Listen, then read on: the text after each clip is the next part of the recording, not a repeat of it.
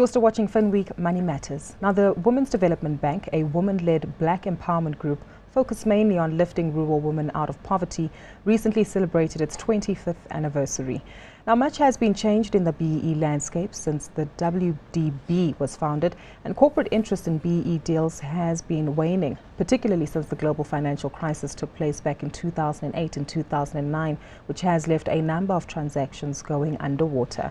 But joining us now in studio to discuss the current issues and the prospects facing not only BEE groups but overall empowerment of women too, are both Ajay Lalu, who's the Managing Director of Lite Consulting, and Andile Ntingi, who's the Chief Executive Officer of GetBiz. Gentlemen, thank you so much to the both of you for joining us in this conversation today. And perhaps I want to pick up on the Women's Month theme, given the fact that we alluded to the Women's Development Bank and August having been Women's Month in South Africa. But paint a picture for us regarding the environment, AJ, where we see this significant establishment of women-led investment groups like Wiphold and the likes. Are they achieving significant amounts of success, and are there particular nuances to how successful they've been purely because they're led by females?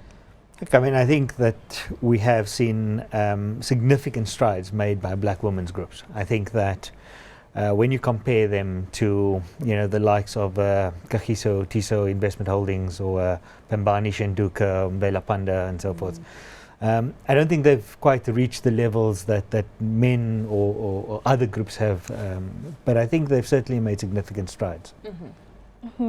How much of these developments would you say is window dressing as opposed to the actual empowerment and development of women in more senior positions, not just in these black-owned entities, but in other corporates?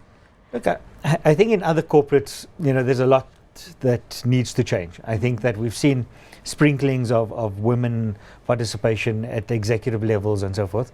But I think if you look at the Commission for Employment Equity reports, historically have shown trends where we've made very little progress in terms of the empowerment of women, particularly in large corporates. What about the empowerment of black people? And Andile, perhaps you can come in here to give us your insight. Several changes to the BEE codes, and we do see some corporates attempting to address this, but have we seen significant success? And perhaps picking up on the corporate element and piggybacking off of the theme from MTN, where they've launched Zakhele Futhi.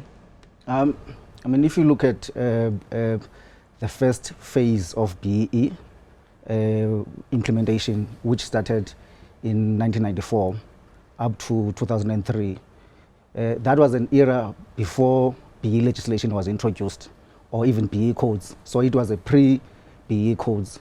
And at that time, BEE was done in a spontaneous fashion. So there were no sort of like big efforts to transform the economy and bring in black players into the economy. And more often than not, white capital didn't trust black management or trust black people to run big corporates. So we were sort of like, as black people, given small crumbs, to be quite precise. Do you think that status still remains right now, even with the likes of Sasol, Inzalo and all these other BEE schemes mentioned by some significant corporates in South Africa? Those are public BEE schemes. Yeah. I'm talking about creating a large entrepreneurial black community. We haven't achieved that in South Africa. It's still work in progress. I mean, with the introduction now of the third phase of BEE implementation, where now the focus is to ensure that black people operate in the economy as entrepreneurs and as drivers of businesses. And we haven't really managed to achieve this. I'm hoping with the introduction of the third phase, which started in 2013, that maybe will carry on for another decade or more, we will begin to see large-scale black businesses driven mainly by black women and black men who are capable of driving those businesses. I want to pick up on that point that you've just made, Andile. I recently went to an event where the Deputy President, Cyril Ramaphosa, was the keynote speaker, and he spoke about the shortcomings of these BEE codes, particularly when it comes to entrepreneurial development. He himself, as a farmer, as an entrepreneur in the agriculture spaces, he, as a black person, he needs to be submitting all sorts of BEE documentation that almost is contradictory to the empowerment of black people within the corporate space. How many phases are we going to need before we get to a point where it's actually starting to show that it is developing and empowering black people? Like I've said before, one of the things that have sort of like led to sort of like a mixed performance in the BE legislation. Yes, there are black businesses that have been created, but there are few of them. Now we need to upscale. But one of the reasons why we haven't achieved much as black people is because when BE started in 1994 and prior to 1994, black people came in as small shareholders, or sort of like they were not large shareholders, so they have no control. They had no control.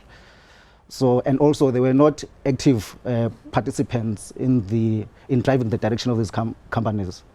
So they were passive shareholders. That is one of the main reasons why we haven't achieved so much. Why they were passive shareholders is because they didn't have the capacity or even the skills when they started. Remember, some of the guys who are now big black businesses, most of them were in exile. They were not involved in business. Others were in prison. Others were not even allowed to operate in this economy. They're politically connected. Well, yes, we can say that. But what I'm saying that we didn't have the skills because we've never run large businesses before. We've never run businesses that are listed on the JSE. So it was sort of like a new thing for us, and we sort of like had to learn the ropes.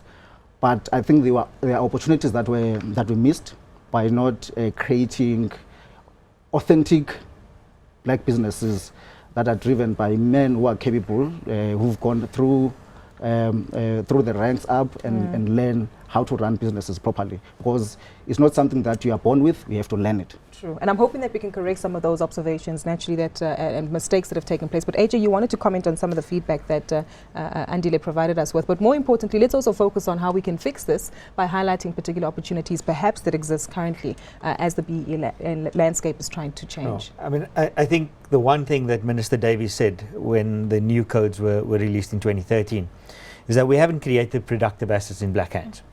And I think that when you look at the changes to the codes, the fact that we're requiring procurement from more than 51% black-owned companies, and the significant targets associated with that, as well as procuring from more than 30% black women-owned companies, I think it's a clear indication that we're looking to create black entrepreneurs that are owners and managers and controllers of their own destiny. And I think that that's some of the changes that we will see. I think that we're advisors to many large corporates, and we see significant investment in developing new black-owned, black woman-owned enterprises every day. Large corporates are investing hundreds of millions of rands, as we speak, in terms of developing these suppliers. Now we've seen bigger BEE corporates like Pembani move beyond South Africa's borders. Do you think that there's a possibility for the BEE phenomenon to become a pan-African, part of the pan-African story? Absolutely. I mean, I think that it's not only Pembani. I mean, if you look at KTH as an example, I mean, they bought Fidelity Bank in Ghana. They bought a healthcare business in Nigeria. So I think more and more we are going to see BEE groups of substance really venturing outside of South Africa. But I think they must approach Africa very differently. I think that the advantages that they have in South Africa in terms of BEE legislation doesn't necessarily apply in those other markets.